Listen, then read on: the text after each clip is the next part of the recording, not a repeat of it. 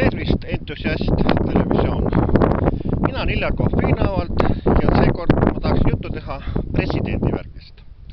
Meil on Eestis kaks nagu tuntud presidenti. Üks neist on see riigipea president ja teine on ansambel president. Ja mina eelistan ansamblit president hoopis rohkem kui riigipea presidenti, sellepärast et riigipea presidentil ei ole absoluutselt ju riigis võimu.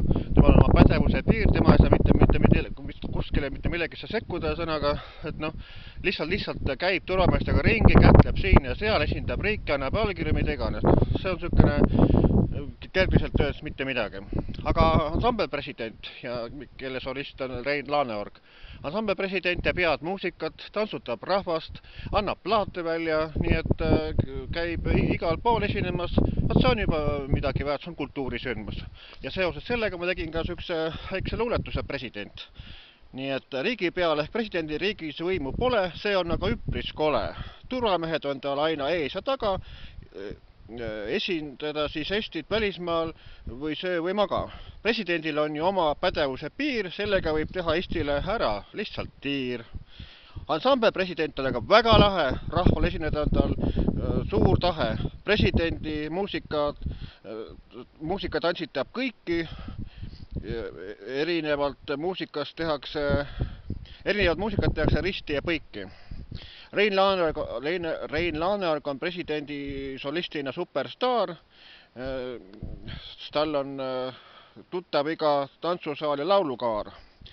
Rein Laaneorg, tervitused minu poolt soojad sulle. Jõudu sulle mõneks kuuks minekuks taas laulu tulla. Päikest vihma käes kütab soojaks tantsusaali, seda laulu teab juba iga juuli ja maali. President Kersti Kaljulaid võib samuti presidendi bändi saatel tantsu lüüa ning siis peosaalis ka natuke torti süüa.